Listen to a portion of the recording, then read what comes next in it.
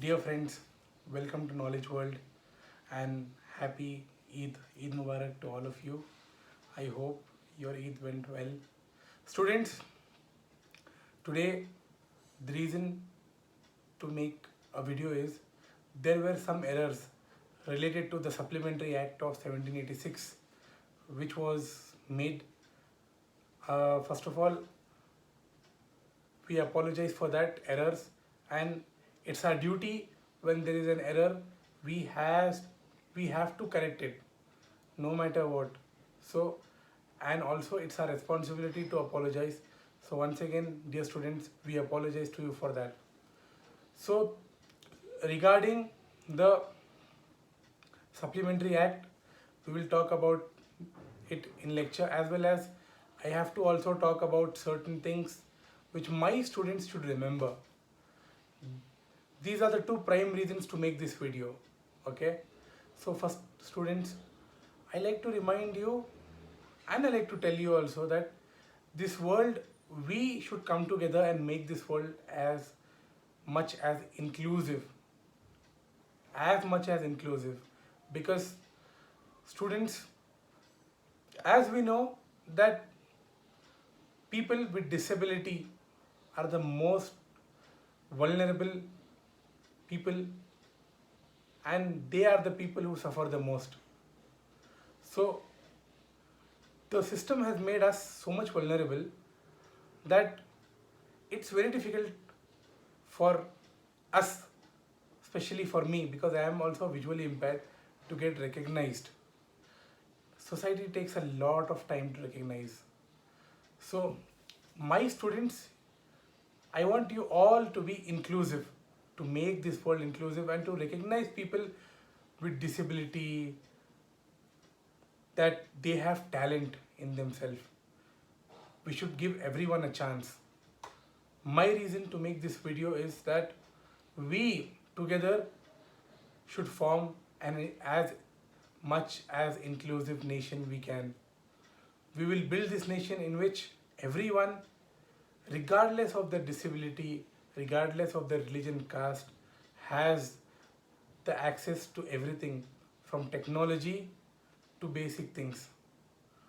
So let's make our commitment today, students, that if we ever see or if we ever come across any visually impaired, we will not feel sad for them, but we will engage with them and we will help them to overcome difficulties. Okay, now students, let's return to our lecture today.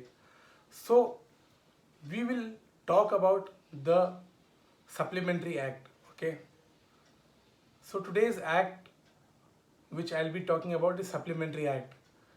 The error which was committed in the last video was about its enactment. So basically, it was not enacted in 1784, it was enacted in 1786. Okay, and why it was enacted? Because Lord Cornwallis, he was appointed as the Governor General in 1786, and he demanded that he wanted power of both Governor General as well as the Commander in Chief. Okay, so for that reason, this act was passed, and following this act, the Governor General and the Commander in Chief power was united under one person. Okay, so the main provisions of the act were: first is the Governor General also became the Commander in Chief. Second, the Governor General could act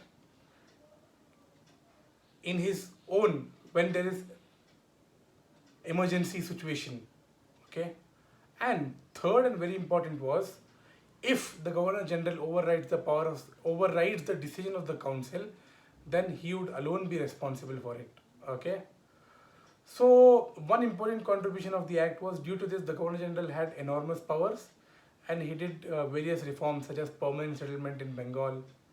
And the defect of the act, which we can say, is that the Governor General's overriding power was there, but but again, if something would happen, he would be responsible. For example, if some natural calamity or some war is taking place, and Governor General would act in its own, and then something disastrous would happen, then he would alone be responsible for it. Okay. So today's motive of mine was to explain you the supplementary act or amending act of 1786, where the Governor General had enormous power. And one more important consequence of the act was, after this act was passed, the Governor General became the Governor General of whole India. So now he had the power to he had the jurisdiction over the territory of India, British India, whole British India. So now Governor General was called as the Governor General of India. Students, if you have any questions, you can revert it to me. Thank you.